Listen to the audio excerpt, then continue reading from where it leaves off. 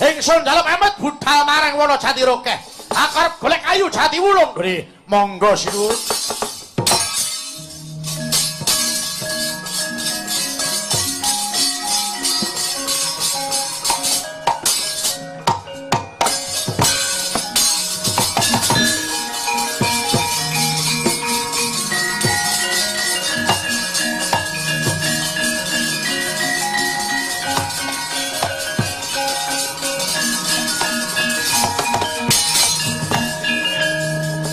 Manggoto kebodhe bleng sapi gedhek wonten kawuh ora enteng kewajibane awake dhewe jaga marang wilujenge Wang Bathari Sri yen nganti ana apa-apa nyawa tatawane ayo padha sebar payung ngreksa marang kayuwananing Praja Gribek sedika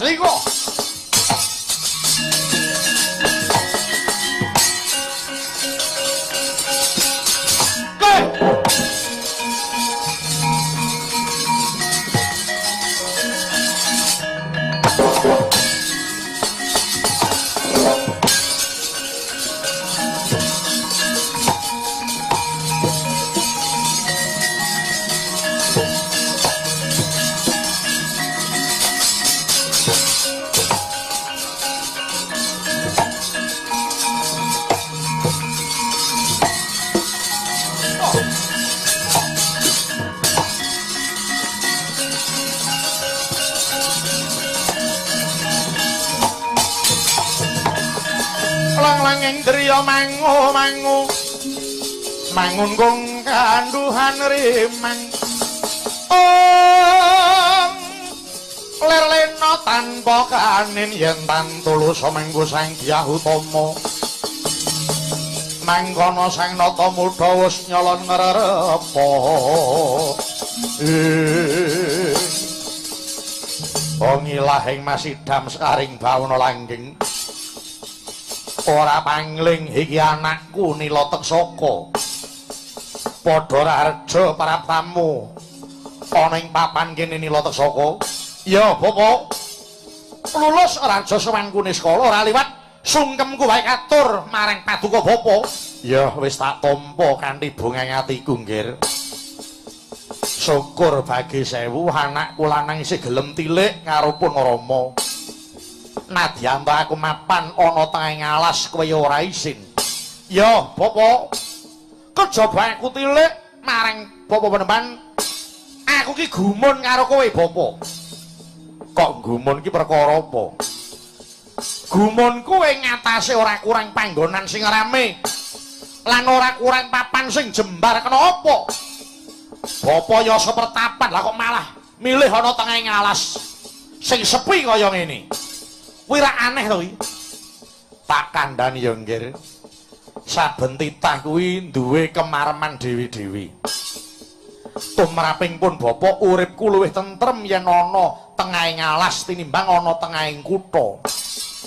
Ya kanthi aku ana tengahing alas ngene iki, aku rumangsa bisa luwih nyedhakke uripku marang Gusti Kang Nyipta jagat. Wah, kuwi jenenge kowe wong tuwa ora bisa ngreksa jenenge anak. Kok ngono? Iya. Nalari piye? Ing atase kowe duwe anak aku. Mongko aku ki Ratu Binathara. Kena ngapa wong tuane urip ana tengah alas? Kuwi aloke wong akeh dikira aku anak sing ora bisa mikir karo wong tuwa. Mula Bapak yen kowe mesake lan ngreksa jenengku, dina iki ayo tak boyong marang negara Gribek Bapak. Niloteksaka, piye? Wis dadi ubayaku menawa kowe durung bisa ngowahi tumindakmu sing sapa sira sapa ingsun adigang adiguna lan yen kowe durung mari olehmu duwe watak angkara murka tangeh aku gelem bali kumpul karo kowe ana ujung Gribek aku ra wis ngelingke bola bali derajat pangkat iso minggat bondo donya iso lunga ning kena apa caramu nyekel pemerintahan negara Gribek kowe mung gugu benermu dhewe tanpa gelem nindakake marang bener kang manut pernatan bener kang manut tuntunaning agama dupeh kowe wenang gawe abang ijone negara Bukti wis cetha, wektu iki kowe wanoh-wani nyidra Bathari Sri, lambang dewane kemakmuran lan uga dewaning pangan ing Praja Ngamarta. Mongko kuwi pusakane para among tani ing tanah Jawa. Kaya ngono kuwi apa ora jeneng kowe gawe cintrakane wong akeh. Tak jaluk bapa aja rembug perkara Bathari Sri. Mulane aku nganti nyolong Bathari Sri kabeh wis tak pitung sing ari genep tak timbang sing kanthi adil. Bapa, aku tekan kene ora butuh wejanganmu. Ning aku tekan kene yen bisa ngeman karo uripmu, bakal tak boyong marang negara Jenggribek. Kaping pindhone aku arep palakrama mara diage aku sumbangen. Kowe arep rabi kuwi sapa sing tok? Rabi, ora ana liya sing kejaba Bathari Sri. Oh, saya nungsang puyang tumindakmu. Aja tok bacotake yen kepengin dawa umurmu. Walah dalah. Perkara umur kuwi dudu perkaramu. Anak duwe karep-karep rabi, wong tuwa ora nayuk yen kok malah nuturi kaya kiai. Apa kleru yen aku rabi? Yen rabine kuwi ora kleru, ning yen ewang Bathari Sri bakat tok rabi lan tok sengkaki minangka prameswari, kuwi mbebayani tumrap marang uripmu. Sing kandha sapa? Aloke para pinter, yen aku bisa garwa Bathari Sri, ing kono negaraku bakal saya kuncara anjaying bawana. Yen kowe ora mati, nanging yen kowe nemahi bebaya, pedah apa? Ah, mbuh, perkara pati urip dudu perkaramu. Cekak aos wae, aku tekan kene, aku njaluk sumbanganmu, Bapak. Bathari Sri gelem tak rabi, weton aku bisa nggaweke wisma sing balungane saka kayu jati wulung. Mongko mustikane kayu jati wulung mapan ana kene. Entuk ora entuk tak jaluk.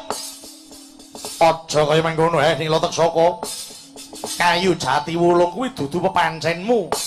Besok ana sing wis majipi nampa kayu jati wulung dhewe.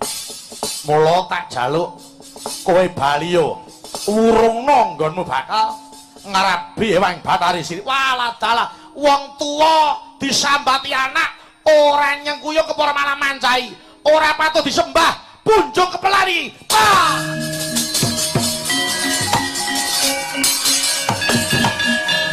Anak duwe kekarepan kok dialang-alangi. Sampluk lakon digletak, wis ora ana sing alang-alangi, tak bedol kayu jati wulung iki.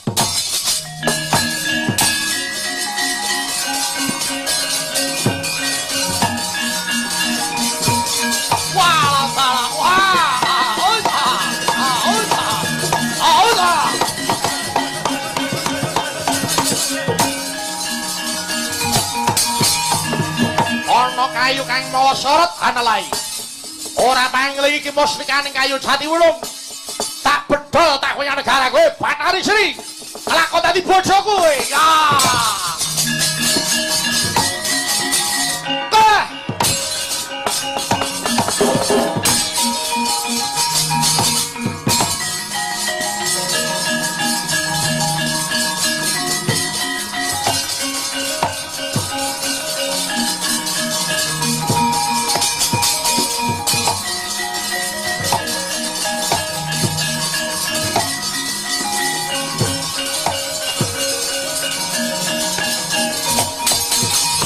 kagiat risang kapirangu rinanggul kinempit kempit